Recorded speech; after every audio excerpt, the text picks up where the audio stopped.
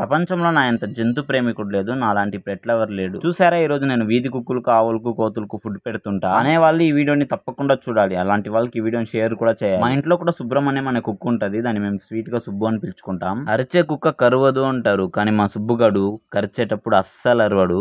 కరిచిన తర్వాత ఎలా ఉంది నా పళ్ళ స్టాంప్ అని అరుస్తాడు. అందుకే సుబ్బుగానే అసలు బయటికి వదలం. మా ఏరియాలో కుక్క ఉన్న ఇల్లు ఎవరిదంటే ఎవరైనా చెప్తారు, దొంగలకి హడాల్, జొమాటో స్విగ్గీల వాళ్ళకైతే చుచ్చు. ఇంటి ముందర బండి పార్క్ చేయాలంటే కూడా వాడు కనీసం ఇన్సూరెన్స్ అయినా చేసుకోండాలి, లేదా మా సుబ్బుగాడి కంప్యూటర్ డేటాలో వాడు మొహం ప్రింట్ అయ్యి సేవ్ అయినా ఉండాలి. ఇలా చెప్పుకోవడానికి గర్వంగా ఉంటాయి, కానీ కుక్కలు ప్రేమ విశ్వాసం చూస్తుంటే ముచ్చటేస్తుంది. మన ముచ్చట కోసమే వాటిని ప్రేమిస్తాం. వాటి శ్రేష్టలతో మన స్ట్రెస్ కూడా తగ్గి మన ఇంటికి రక్షణగా ఉంటుందని కూడా వాటిని పెంచుకుంటాం. కుక్కలకు మనుషులకు ఒక రకమైన అవసరాలు, సంబంధాలు చాలానే ఉన్నాయి. ఇప్పుడు ఈ వీడియోలో కుక్కల గురించి ఏదైనా తప్పుగా మాట్లాడినట్టు అనిపించినా సరే కామెంట్ బాక్స్ లో నా పని అయిపోయినట్టే. బ్రిజేష్ సోలంగి 22 సంవత్సరాలు, ఒక ప్రొఫెషనల్ కబడ్డీ ప్లేయర్. ఉత్తరప్రదేశ్ లో ఉలాం సహార్ జిల్లాలోని ఫరాన్ అనే గ్రామంలో ఉంటాడు. మన మే నెల 22లో కబడ్డీ ప్రాక్టీస్ కి వెళ్లి వస్తూ ఉన్నాడు. అక్కడ కుక్కు పిల్ల ఒక బురదలో ఇరుక్కుంది. బురదలో ఇరుక్కొని అరుస్తూ ఉంది. చూడడానికి చాలా ముద్దుగా ఉండడం వల్ల వెళ్లి రిస్క్ చేసి కాపాడాడు. పెడికిరి లాంటిది ఏదైనా తింటావా బంగారం అనే లోపలే ఆ కుక్క వాడిని కరిచేసి పారిపోయింది. చిన్న కుక్కు పిల్ల కదా, పెద్దగా ఏం రత్నం రాలే కదా, పెద్దగా ఏం ఘాటు పడలేదు కదా అని చేతులు అల్లా తొడిసేసి ఇంటికి వెళ్ళిపోయాడు. సరిగ్గా 2-3 నెలల తర్వాత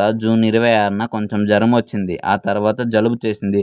ఆ తర్వాత కొంచెంగా నీరసంగా ఉన్నిందంట. ఆ కుక్క కరిచిన చోట కొద్దిగా జలిజలిగా ఎజ్జిగా అనిపించిందంట. నీళ్లు తాగుతుంటే జ్వరం ఉంది కదా, నీళ్లు తాగలేకపోతున్నానేమో అనుకున్నాడంట. ఈ లోపు జ్వరం టాబ్లెట్, జలుబు టాబ్లెట్ వేసుకుంటూ వచ్చాడు. వెంటనే గొంతు పట్టేయడం, తాగుతుంటే శ్వాస ఆగేలా అవ్వడం, ఇదేదో భయంగా ఉంది, తేడాగా ఉంది అని వెంటనే హాస్పిటల్కి వెళ్ళాడు. ఏముంది, దీనికి మందు లేదు, దీని పేరు ర్యాబీస్, దీనికి నివారణ ఒకటే తప్ప దీనికి చికిత్స లేదు అన్నారు. ప్రపంచంలో పెద్ద పెద్ద రోగాలకు మందులు, వ్యాక్సిన్స్ ఉన్నాయి, కానీ ఈ ర్యాబీస్ కి మరణం ఒకటే దిక్కు, లేదా దేవుడు దిగి రావాలి అని చెప్పారంట. ఇప్పుడు ఇవన్నీ కాదు డాక్టర్, ఇప్పుడు ఏం చేయాలి అని అడిగితే ఏముంది, మరణం కోసం ఎదురు చూస్తూ ఉండాలి. ఇలాంటి జంతు ప్రేమికులు ఈ ప్రపంచంలో ఉండాలి. దేవుడు మీకు మంచి చేస్తాడని సొల్లు చెప్పడానికి ఈ వీడియో చేయట్లేదు. ఈ జంతువుల పైన ఉన్న మీ ప్రేమ మిమ్మల్ని, మీ ప్రాణాన్ని కోల్పోయేలా చేస్తుంది. కుక్కలు కరుస్తేనే కాదు, కుక్కలు మిమ్మల్ని నాకినా కూడా ర్యాబీస్ వస్తుంది. సొల్లు చెప్పకండి బ్రో అనకండి. కుక్క నోట్లో ఏదైనా గాయాలు ఉంటే ఆ గాయాల్లో ఉన్న బ్లడ్ కుక్క సలైవాతో కలిసి మీ మొక్కానికి వస్తే ఆ సమయంలో మీ అందమైన మొక్కం మీద ఒక పింపుల్ వచ్చేసింటే దానికి ముందే మీరు ఆ పింపుల్ ని ఒక చిన్న గోరు ద్వారా పగులు కొడేసింటే ఆ బ్లడ్ ఈ బ్లడ్